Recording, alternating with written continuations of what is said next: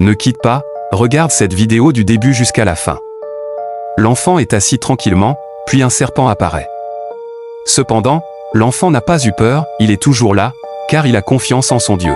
Le serpent, après s'être transformé en un vieux père, regarde l'enfant. Cependant, l'enfant est également là, sans rien dire. Le vieux homme observe également l'enfant, car il sait pourquoi il est venu. L'enfant s'élève et dit, « Qui es-tu » avec rage. Puis le vieux répond, « Tu ne sais pas ce qui t'attend ici. » L'enfant regarde le vieux avec détermination et dit, « Je ne crains rien, car je sais que mon Dieu est avec moi. » Le vieux répond à l'enfant en disant, « Si tu crois vraiment en Dieu, appelle-le pour qu'il vienne t'aider maintenant. On vous trompe à l'église et vous pensez que ce que les pasteurs vous disent est vrai. » L'enfant rétorque, « Tu ne peux rien contre Dieu. Je crois en mon Dieu et il me protégera.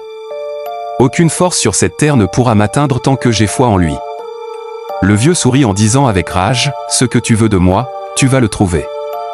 Je vais appeler des sorts sur toi, et toi-même, tu seras étonné. Tu vas mourir sur cette terre aujourd'hui. Je vais te montrer que la Bible n'est rien.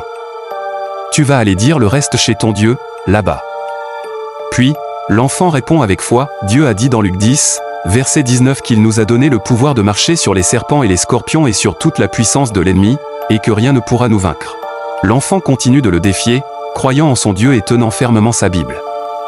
Le vieux rétorque, « Tu persistes à croire en ton faux Dieu. » L'enfant répond, « Tu ne sais rien, c'est Dieu qui nous a créés tous les deux. » Après leur échange, le vieux lui dit en riant, « C'est maintenant que nous allons voir qui est fort et qui est faible. Nous allons passer à l'acte, donc ne t'inquiète pas, petit, je vais tout te montrer. » Le vieux, après avoir fini de parler, recule en arrière car il sait bien que l'acte va commencer.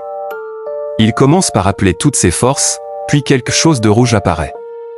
Il lance ensuite le sort à l'enfant. L'enfant arrête le sort et commence à prier, demandant à Dieu de ne pas l'oublier. Ensuite, il lance à son tour le sort vers le vieux. Ce dernier voit le sort se retourner contre lui et pense dans son cœur, « Cet enfant veut gagner, mais cela ne peut pas marcher pour lui, car j'ai confiance en mes ancêtres. » Le vieux appelle alors un autre sort et le lance de nouveau à l'enfant. Cependant, au lieu d'atteindre sa cible, le sort s'arrête. L'enfant, par ses prières, renvoie encore le sort contre le vieux. Mais le vieux ne veut pas s'arrêter, il continue toujours de persévérer, déterminé à prouver sa puissance et à vaincre l'enfant. Il invoque davantage de forces obscures, ne laissant pas la peur l'envahir, persuadé que ses ancêtres le soutiennent. Le vieux regarde derrière lui et appelle encore son dernier pouvoir sur l'enfant, espérant que cette fois-ci, il réussira à le dominer.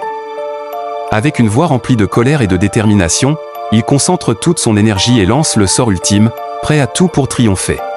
L'enfant dit, « Tu échoueras au nom de Jésus-Christ de Nazareth aujourd'hui. » Renvoie le pouvoir au vieux, mais malheureusement, le vieux a pris ce dernier pouvoir retourné avec une intensité redoublée.